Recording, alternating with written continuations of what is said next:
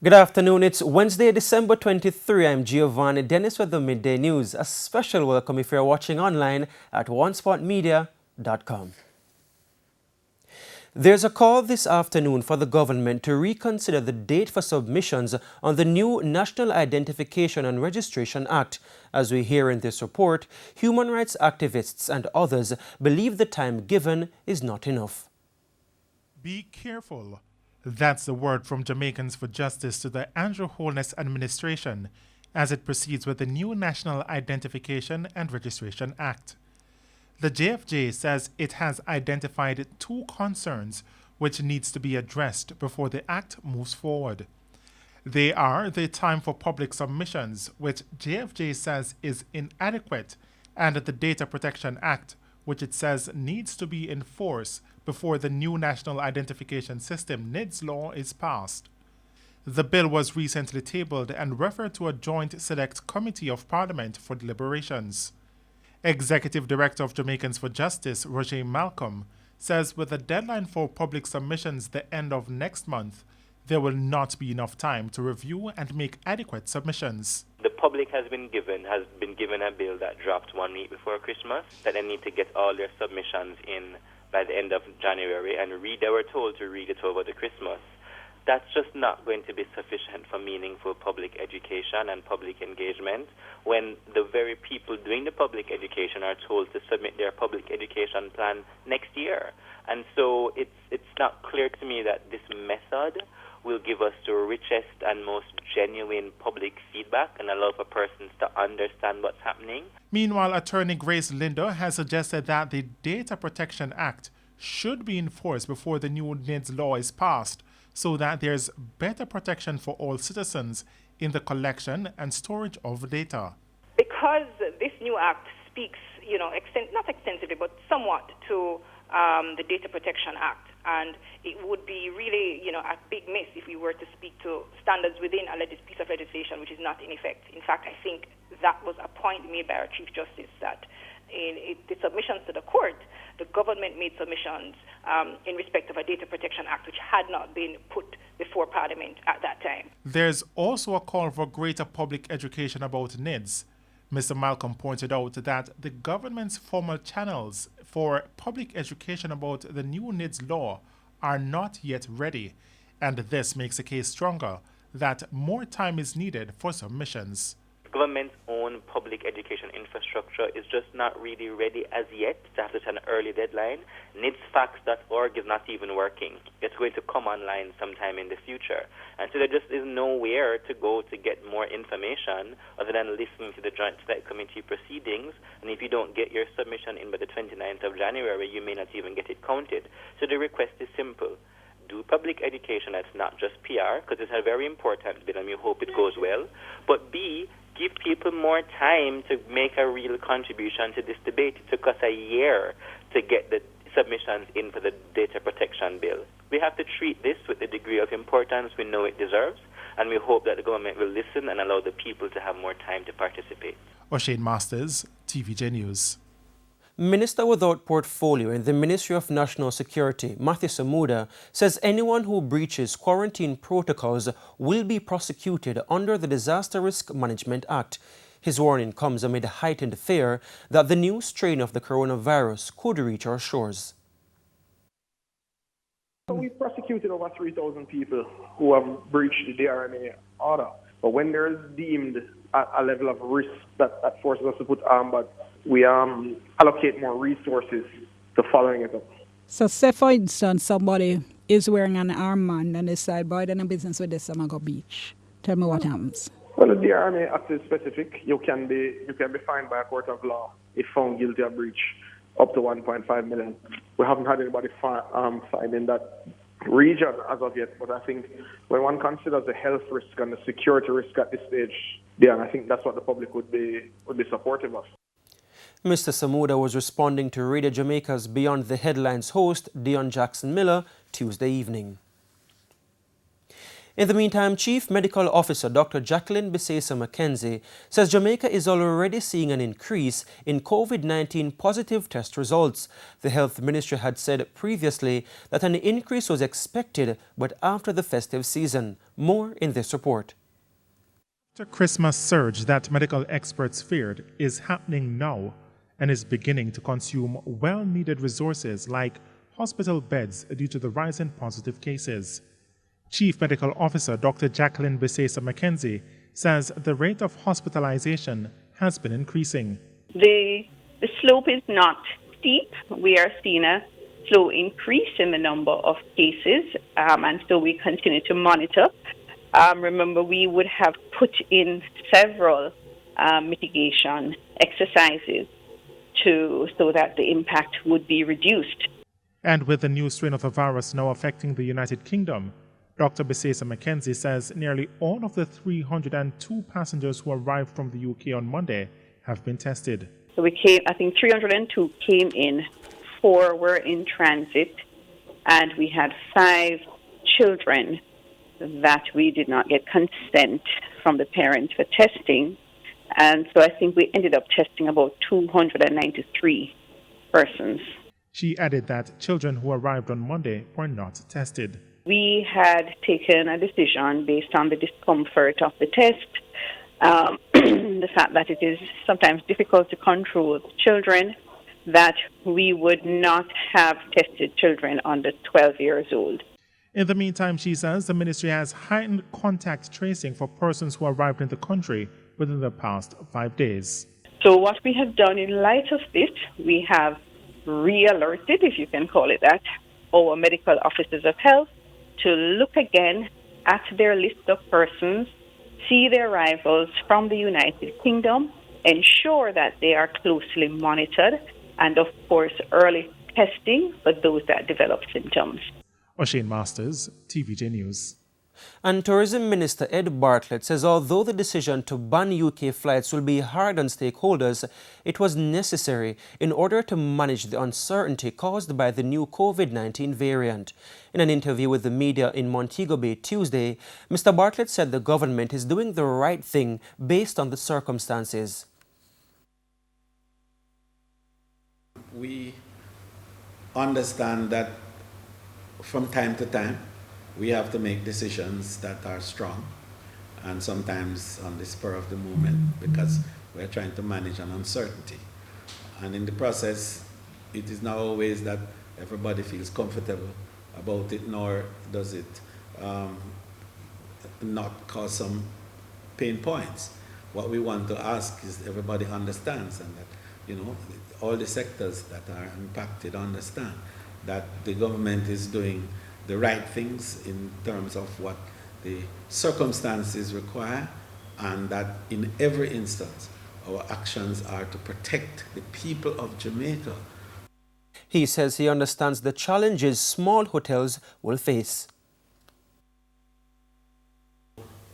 The small hotels are the ones who hurt the most when decisions are made in this way because the UK traffic tend to favor EP and smaller hotels. The larger hotels are hurting too, and hurting badly, as you know, because they have to deal with a large number of rooms with costs spread across each room, and when the room count is low, then suddenly their costs just balloon, and it creates a problem. But all of us have to share in this process, in this moment of trying to manage and to save lives. COVID-19 has claimed 2 more lives in Jamaica, increasing the death toll to 290. The latest cases involve a 48-year-old man from Westmoreland and a 37-year-old woman from Hanover. Both deaths were previously under investigation. The Ministry of Health says another death is being investigated. Meanwhile, the country's COVID-19 case count now stands at 12,423. 69 new cases were confirmed on Tuesday. Their ages range from 8 to 87 years. The Health Ministry says 69 patients remain hospitalized. 7 are in critical condition. And it's now time for a break here on the Midday News, but please stay with us. We'll have much more when you return.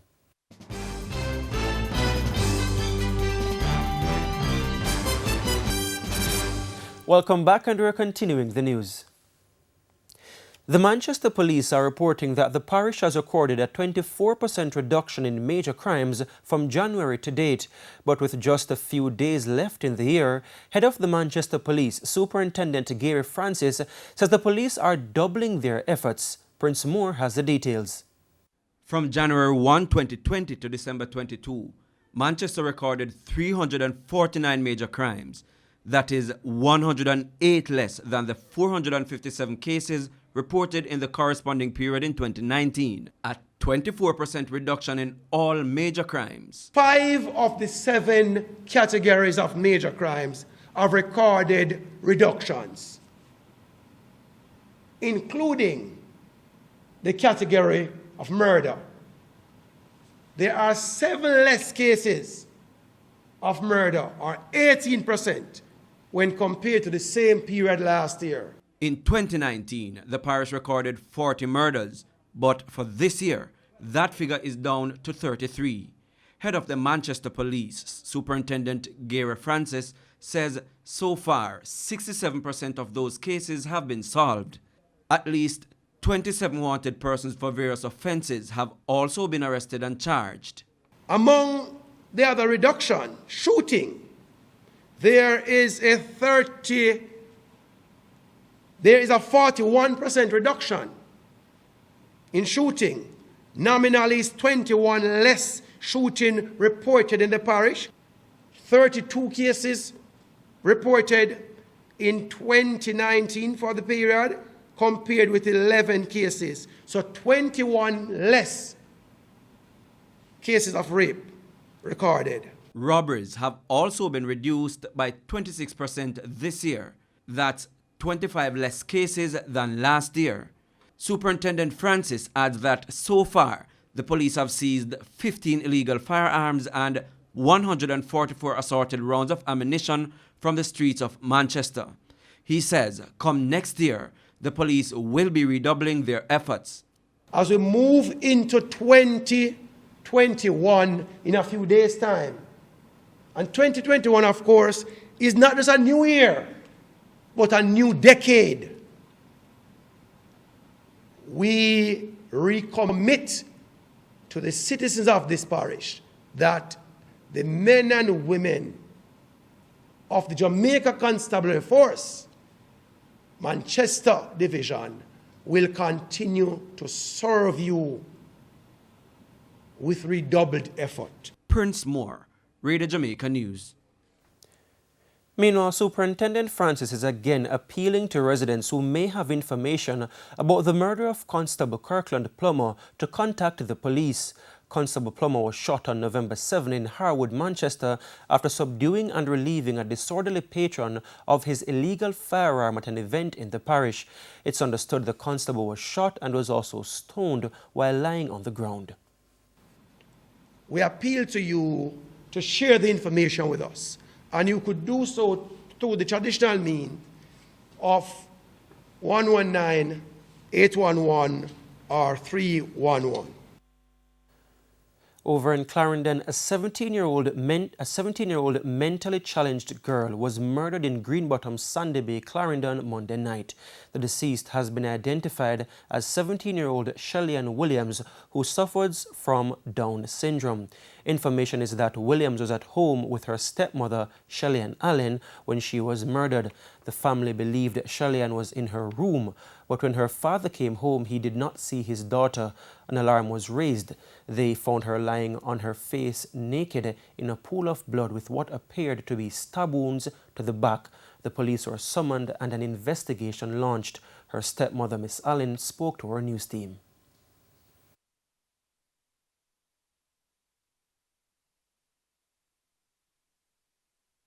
I can't believe they then come in our house, come kill Shelly-Ann. So she have a Down syndrome? Yeah. If you talk, only if she said dada, maybe we understand her, but otherwise, you can't understand what she has to say. Shelly not deserve that. He not deserve it. I'm glad if we couldn't get a little justice for it. Shelly not deserve that they won't get. Shelly not trouble people. Shelly not trouble people. Shelly not deserve that they won't get. And here's a preview of what's coming up in this evening's Health Report.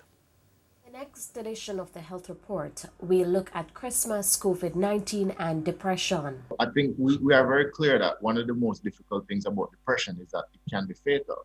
And suicide is a very real risk, even though for our country and our culture, we don't tend to see high rates of suicide.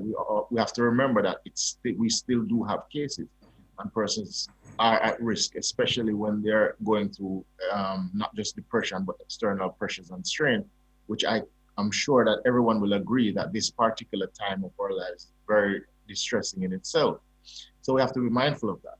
That's the Health Report this evening in Primetime News. And now for today's Healthy Living tip. Acknowledge your feelings. Don't abandon healthy habits. Take a breather and get professional help if you need it. In news overseas, U.S. President Donald Trump says he will not sign the long overdue stimulus bill for Americans struggling during the coronavirus pandemic. More from the CNN. Americans got every right to be mad as hell. After months of gridlock on a COVID-19 stimulus deal in the nation's capital, many politicians aren't mincing words when it comes to their feelings on the bipartisan stimulus bill passed Monday night. $600 is a joke. I am asking Congress to amend this bill and increase the ridiculously low $600 to $2,000 or $4,000 for a couple. I'm also asking Congress to immediately get rid of the wasteful and unnecessary items from this legislation and to send me a suitable bill. House Speaker Nancy Pelosi responded to President Trump's criticism, tweeting, quote, "At last, the president has agreed to $2,000. Democrats are ready to bring this to the floor this week by unanimous consent. Let's do it." Republican Senator Rand Paul railed against the massive omni-stimulus. If money really grew on trees, why not give more free money? Why not give it out all the time? Why stop at $600 a person? Now, President-elect Biden says he wants to challenge Congress to do more for struggling Americans when he takes office. Early next year, I'm going to put forward to the Congress my plans for what comes next. We'll need more help. In sports, Anthony Thomas, who saw his leader top the jockey standings cut to 1 by rival Dane Nelson on Saturday, will partner Wayne DaCosta's England's Rose in the non-restricted overnight allowance contest for 3-year-olds and up. This in the 5 straight course today at Caymanas Park. Now, England's Rose, who is among Thomas's 9 mounts, weakened when she stepped up to this level, but will report much sharper for this assignment and is due a look-in. Nelson, with 7 rides, will be aboard Anthony Nunes, Prince Charles, who has failed to find form since stepping down, but should not be counted out of the reckoning. They will have to contend with the 95 anti-post favourite, Wow, who has been reunited with journeyman jockey Amit Robles. Post time is 4:50 p.m. Meanwhile, Nunes, who has extended his lead in the Trainers' Championship to over $4.8 million in stakes earnings over DaCosta, will saddle 5 runners to DaCosta's 6 on the 9-race card. First post was at noon. And that's the Midday News. I'm Giovanni Dennis. Join us at 7 for Primetime News. On behalf of the news, sports and production teams, good afternoon.